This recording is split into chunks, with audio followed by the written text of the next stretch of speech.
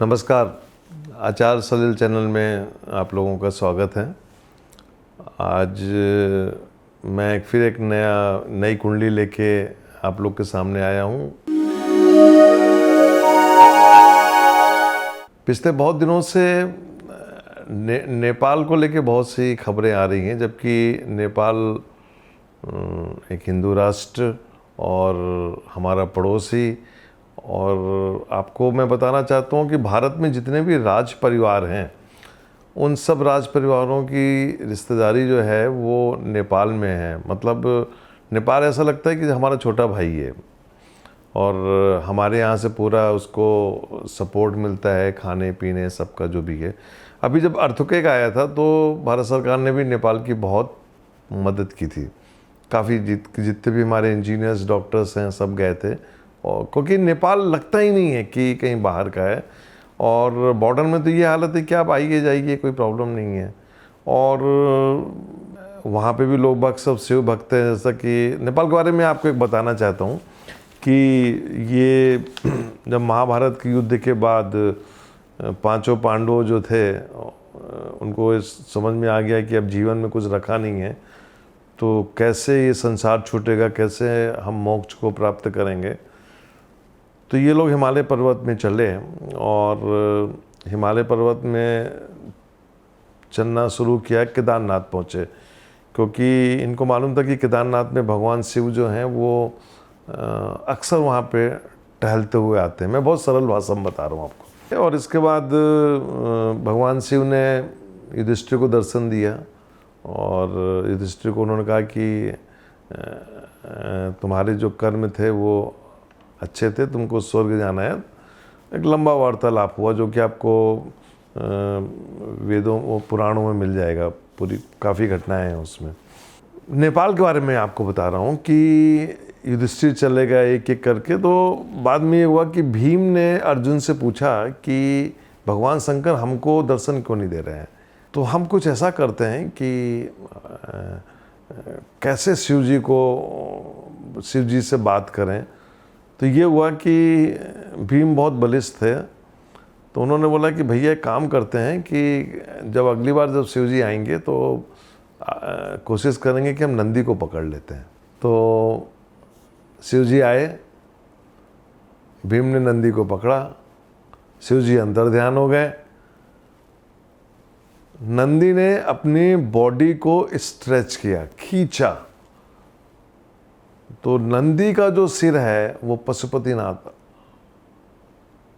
नेपाल की राजधानी में और काठमांडू में, और जो पैर हैं वो आपका केदारनाथ में है। तो नेपाल दरअसल क्या है कि नंदी का पूरा शरीर है, वो हमारी आत्मा है नेपाल।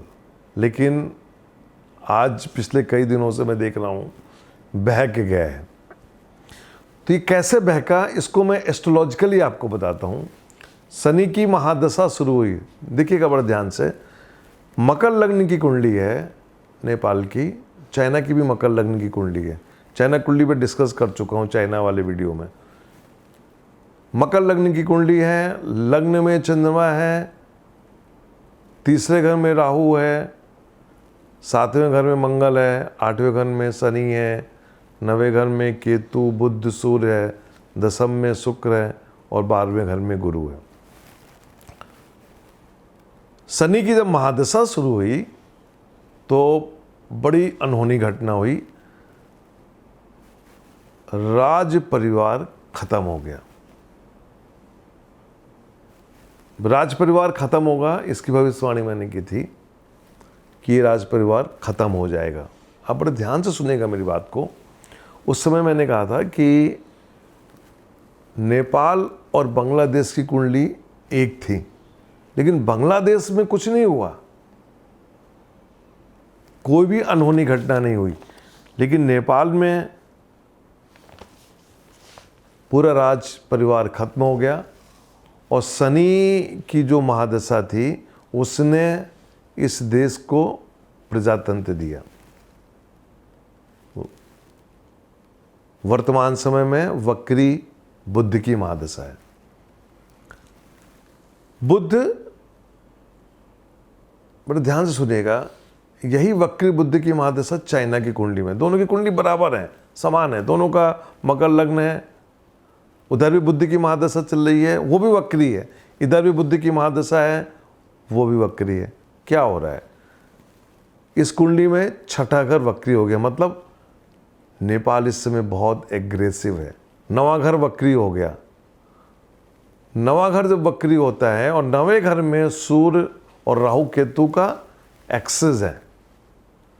अभी जो ग्रहण होगा, मैंने सूर्य ग्रहण के बारे में एक वीडियो रिलीज़ किया था कि सूर्य ग्रहण से डरिए मत। आज मैं फिर बोल रहा हूँ, सूर्य ग्रहण से डरिए मत, 21 तारीख को जो आने वाला है। सूर्य ग्रहण जो भी होता है वो देश की कुंडलियों पे ज़्यादा असर करता है। उस देश के जो शासन प्रमुख होते हैं, प्रधानमंत्री, राष्ट्रपति, उन पे इम्पैक्ट करता है और कैसा फसल होगी, कैसा मौसम होगा, उस पे असर डालता है। इंडिविजुअल की कुंडली में हल्का फुल्का 2-4%, बाकी कुछ नहीं होता। और सूर्य ग्रहण के लिए मैंने बोला था कि महामृत्युंजय का जाप करिए, शिव की आराधना कीजिए, शिव की आराधना करेंगे सब कुछ शांत होता है। तो वक्री बुद्धि की महादशा शुरू हुई 2019 में, उसका इम्पैक्ट आ गया 2018 में। चाइना और नेपाल के संबंध 2018 से प्रगाढ़ होना शुरू हुए। कारण क्या था? बुध वक्री, मंगल नीच का है। नेपाल में जो अर्थक्वेक आया उसमें चाइना ने, अमूमन होता है हर एक राष्ट्र दूसरे राष्ट्र की मदद करते हैं, हम लोगों ने बहुत मदद करी, लेकिन चाइना ने अपने स्वार्थ सिद्धि के लिए नेपाल को फाइनेंशियली डायरेक्टली काफ़ी मदद करी। चाइना में भी कम्युनिस्ट पार्टी का शासन है, तो वो पार्टियों का आपस में एक सॉफ्ट कॉर्नर हुआ और धीरे धीरे चाइना ने एंट्री करी। चाइना का मेन मकसद हिंदुस्तान था, भारत। चाइना नेपाल के माध्यम से इंडिया में घुसेगा, क्योंकि बिल्कुल बॉर्डर मिला हुआ है उत्तर प्रदेश से। तो उसको यदि पूरा नेपाल क्रॉस करके आके यदि बॉर्डर में बैठ गया, अच्छा चाइना की क्या, चाइना दूसरों की ज़मीन में हड़पता है, उसको हड़पने की आदत है, लड़ाई में वो नहीं जीत सकता। तो भाई चलो भाई, कैसे भी डायरेक्ट इनडायरेक्टली उसको हड़पा जाए और अपना साम्राज्य को बढ़ाया जाए, ये चाइना की एक बेसिक नीति है। और चाइना को कम्युनिस्ट पार्टी मिल गई नेपाल में। वक्री बुद्धि की महादशा जिसमें नेपाल एग्रेसिव हो गया, बस यहीं पे पूरा कमाल है। दर्शकों, मैं आपको बताना चाहता हूँ कि शासन वहाँ पे भले चाइना को सपोर्ट कर रहा हो, जनता जो है नेपाल की जनता, वो भारत के साथ है। किल्ला का इशारा है। वक्री बुद्धि की महादशा में अगले 6 महीने के अंदर नेपाल के अंदर एक बगावत होगी, जनता बगावत करेगी, क्योंकि वो कभी नहीं चाहेगी कि चाइनीज़ वहाँ पे एंटर हों। वहाँ की जनता जानती है कि जिस ढंग से चाइना ने 14 कंट्रियों में बवाल मचाया हुआ है बॉर्डर में, वो नहीं चाहेगा कि उसके यहाँ लगे। और नेपाल की सभ्यता और हमारी सभ्यता एक है, हम लोग के आपस में रिश्तेदारी है, आना जाना।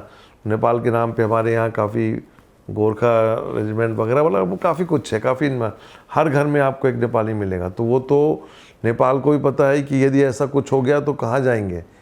यदि कल भारत से नेपालियों को बोला जाए कि आप जाओ, तो वहाँ जाके क्या करेंगे। तो लॉन्ग टर्म में ऐसा कुछ नहीं होने वाला। ये वक्री बुद्ध की महादशा में जैसे ही केतु का अंतर आएगा, आप देखिएगा एक परिवर्तन आएगा। परिवर्तन हमको नेपाल में परिवर्तन हमको नज़र आएगा इस साल नवंबर दिसंबर के बाद से।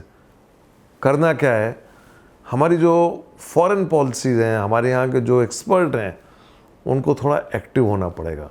हमारे जो रिश्तेदारियाँ हैं आपस में, उनको एक्टिव होना पड़ेगा। राज परिवार में अब वहाँ पे कोई नहीं बचा, लेकिन छोटे छोटे आज भी वहाँ पे जो लोग हैं जो काफ़ी असर डालते हैं, उनको एक्टिव करना पड़ेगा कि एक जो एक सामंजस्य था वो हमारा वापस बन जाए, क्योंकि वो बनाना बहुत ज़रूरी है और वो बनेगा। क्योंकि मुझे नहीं लगता नेपाल कोई वॉर में जा रहा है किसी के खिलाफ। इसका मतलब साफ है कि उसको बलगलाया गया है। ये जो शनि की महादशा है, जाते जाते बुद्ध को जो चार्ज देके गई है, यही बुद्ध की महादशा में केतु और शुक्र का जब अंतर आएगा, आप देखिएगा ये वापस अपने नॉर्मल रिलेशन में आ जाएगा। सो दरअसल ये जो माहौल है इस समय, ये गोचर का जो माहौल है, ये जो 4 ग्रहों के वक्री होने का माहौल है, ये अभी रहेगा, पर नेपाल वापस आएगा। और आप देखिएगा नेपाल में बहुत जल्दी एक बगावत होगी, वहाँ की जनता बगावत करेगी और वो भारत के साथ में आएंगे। हमें, जैसे मैंने थोड़ी देर पहले कहा था कि हमें अपने लोगों की, नेपाल भी हमारा अपने लोग हैं, हमें उनका भी ध्यान देना पड़ेगा और हमें अपने लोगों का ध्यान पड़ेगा, क्योंकि आगे एक बहुत लंबी लड़ाई है। जहाँ तक नेपाल का मैं बताना चाहूँगा कि ये बुद्ध की जो महादशा है,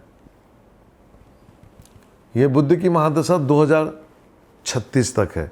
तो मैं इस वीडियो के माध्यम से नेपाल वालों को लिए बोलना चाहता हूँ कि 2036 तक, मतलब आगे आने वाले 16 साल आप लोगों को बहुत संभल के चलने हैं। आप यदि जरा सभी कुछ गड़बड़ी की है, वो आप लोगों के लिए बहुत नुकसानदायक हो जाएगा और आपका जो मंगल है वो वक्री है।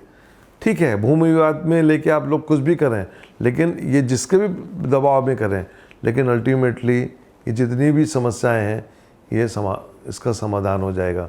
मैं आप लोगों से निवेदन करूंगा कि आचार्य सलील चैनल को सब्सक्राइब करें, अपने विचार दें, जो भी आप पूछना चाहते हैं वो मुझे मेल करें, ट्वीट करें।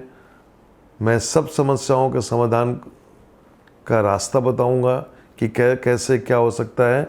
और ये एक चैनल जो है, ये जिसमें हम सार्थक बातों को चर्चा करते हैं, लोगों को सही सलाह देते हैं, जिससे सबका भला हो। नमस्कार।